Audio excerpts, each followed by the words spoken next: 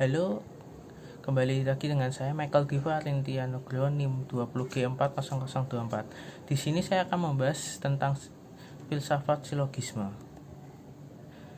Kita mulai dari pengertiannya. Silogisme adalah setiap penyimpulan di mana dari dua keputusan atau premis-premis disimpulkan suatu keputusan yang baru atau yang disebut juga kesimpulan. Macam-macam silogisme.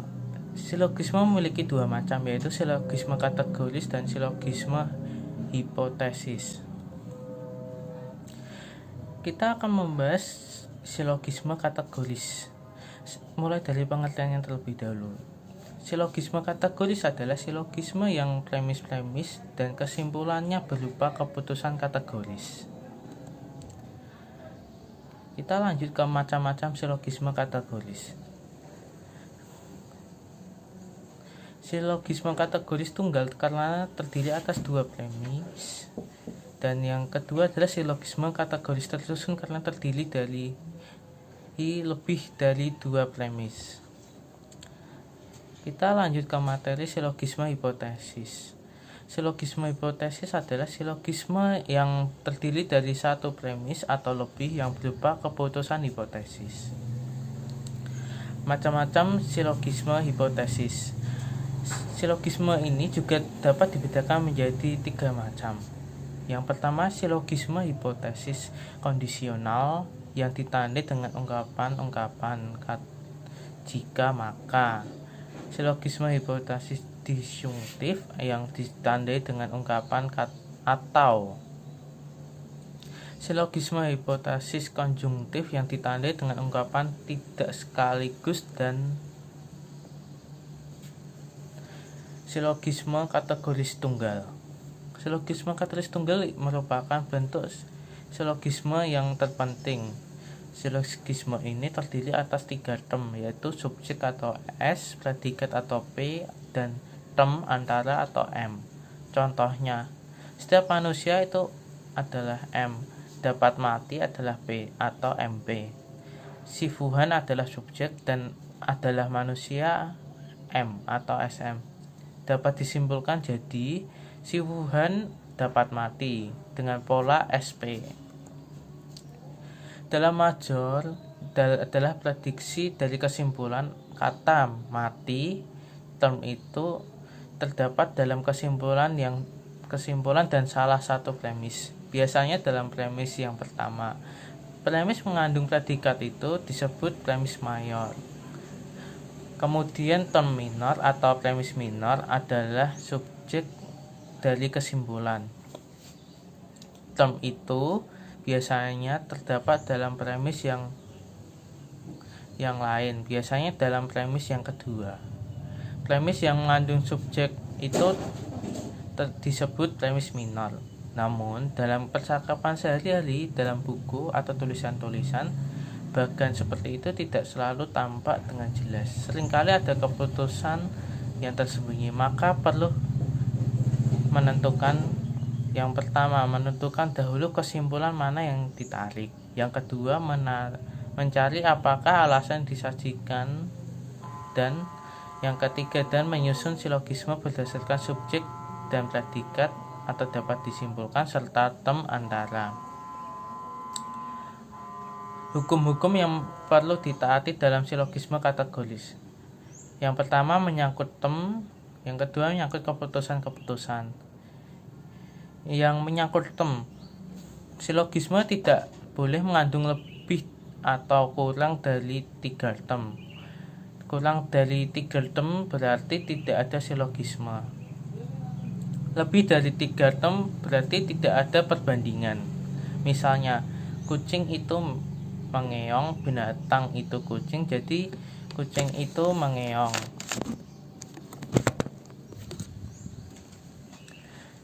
Yang kedua, term antara tidak boleh masuk dalam kesimpulan.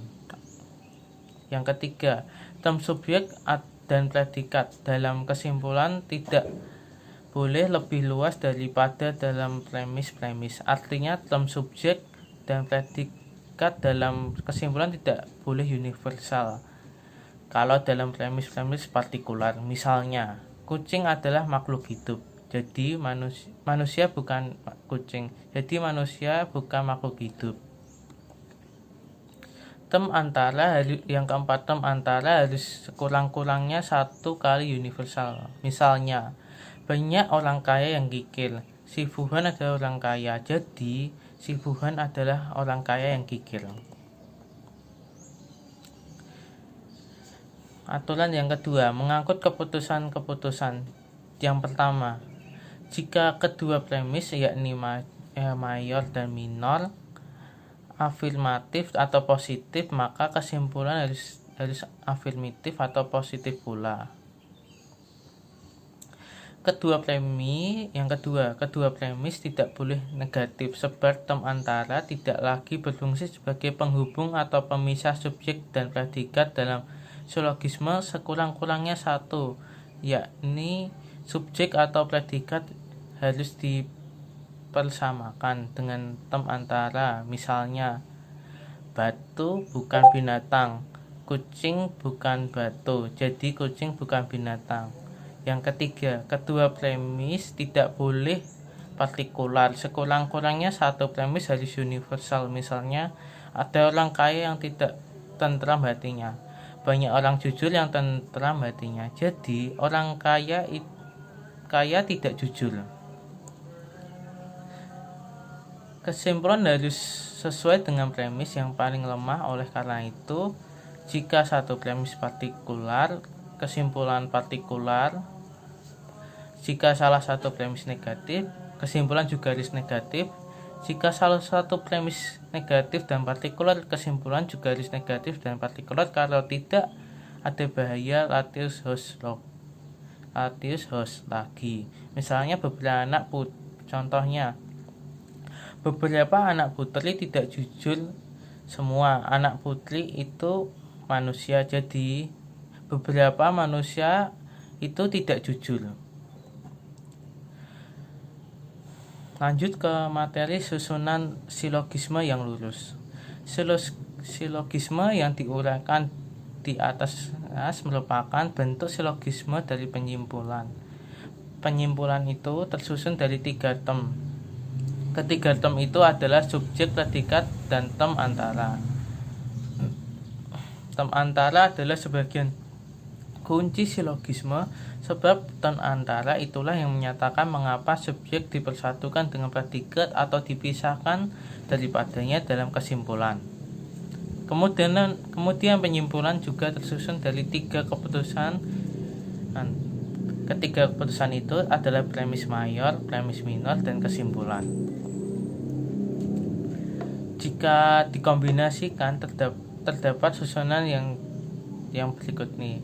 Menurut term antara ada 4 kombinasi. Yang pertama MP, SM, SP. Yang kedua PM, SM, SP. Yang ketiga MP, MS, SP. Dan yang keempat PM, MS, dan SP. Susunan yang pertama, semua ini merupakan susunan yang paling sempurna dan tepat sekaligus untuk suatu eksposisi yang positif. Syarat ialah premis minor harus afirmatif dan premis mayor yang universal. Karena itu, kombinasi yang mungkin ialah AA, EAA, dan EIO. Dalam arti AAI dan EAO itu tidak diizinkan. Contohnya dapat dilihat dari PPT berikut ini.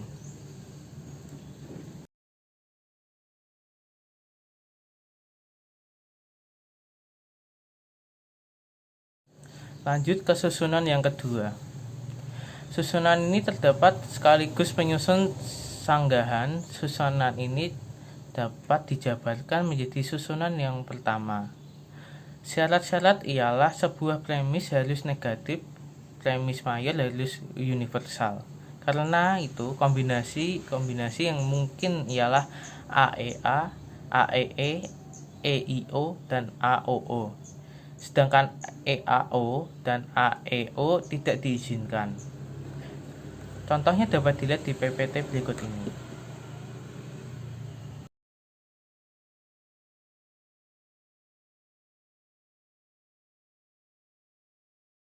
Susunan yang ketiga. Susunan ini tidaklah sesederhana susunan yang pertama dan yang kedua. Karena itu, janganlah susunan ini dipakai terlalu sering. Susunan ini juga bisa dijabarkan menjadi susunan pertama. Syaratnya ialah premis minor harus afirmatif dan kesimpulan partikular. Karena itu, kombinasi yang paling mungkin ialah AAI, IAI, AII, EAO, OAO, dan EIO. Contohnya dapat dilihat dari PPT berikut ini.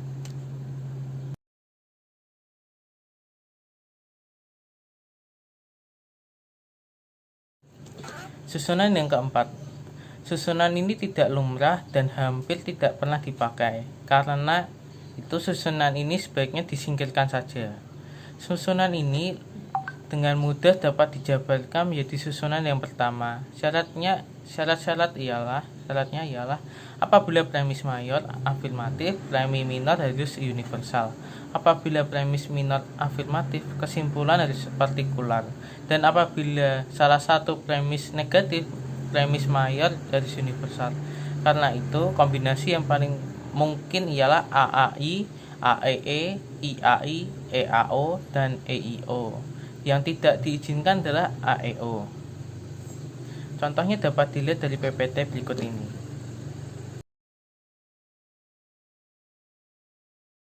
Ya, itulah kombinasi susunan silogisme yang lurus. Lanjut ke silogisme tersusun. Silogisme tersusun itu ada beberapa macam. Yang pertama, epikcerema adalah silogisme yang salah satu premisnya atau juga kedua-duanya disambung dengan pembuktiannya. Silogisme ini juga disebut silogisme dengan satu premis kausal. Misalnya, setiap pahlawan itu agung karena pahlawan adalah orang yang berani mengerjakan hal-hal yang mengatasi tuntutan kewajibannya. Jenderal Sudirman adalah seorang pahlawan. Jadi Jenderal Sudirman adalah agung.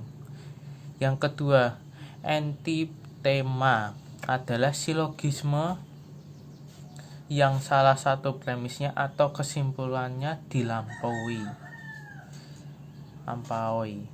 Jika juga disebut silogisme yang dipersingkat. Misalnya, jiwa manusia adalah rohani. Jadi tidak akan mati kalau dijabarkan menjadi silogisme yang lengkap. Silogisme itu tersusun seperti ini. Yang rohani itu tidak dapat atau akan mati. Jiwa manusia adalah rohani. Jadi jiwa manusia tidak dapat atau tidak akan mati. Lanjut ke polisilogisme. Polisilogisme adalah suatu deretan silogisme. Silogisme itu dideretkan sedemikian rupa sehingga kesimpulan silogisme yang satu menjadi premis untuk silogisme yang lainnya. Misalnya, seorang yang menginginkan lebih daripada yang dimilikinya merasa tidak puas. Seorang yang rakus adalah seorang yang menginginkan lebih daripada yang dimilikinya. Jadi dapat disimpulkan, seorang yang rakus merasa tidak puas. Seorang yang kikir adalah seorang yang rakus. Jadi seorang yang kikir adalah seorang yang rakus. Si Fuhan adalah orang yang kikir. Jadi si Fuhan merasa tidak puas. Lanjut ke materi solites. Solites adalah suatu macam polisilogisme, suatu deretan silogisme. Silogisme ini terdiri atas lebih dari 3 keputusan. Keputusan-keputusan itu dihubungkan satu sama lainnya sedemikian rupa sehingga predikat dari keputusan yang satu selalu menjadi subjek keputusan berikutnya. Dalam kesimpulan, subjek dari keputusan yang pertama dihubungkan dengan predikat keputusan yang terakhir. Misalnya, orang yang tidak mengendalikan keinginannya menginginkan 1001 macam barang. Orang yang menginginkan 1001 macam barang banyak sekali kebutuhannya. Orang yang banyak sekali kebutuhannya tidak tentram hatinya. Jadi, orang tidak dapat mengendalikan keinginannya tidak tentram hatinya. Itulah materi tentang silogisme dari saya. Sekian dari saya, terima kasih.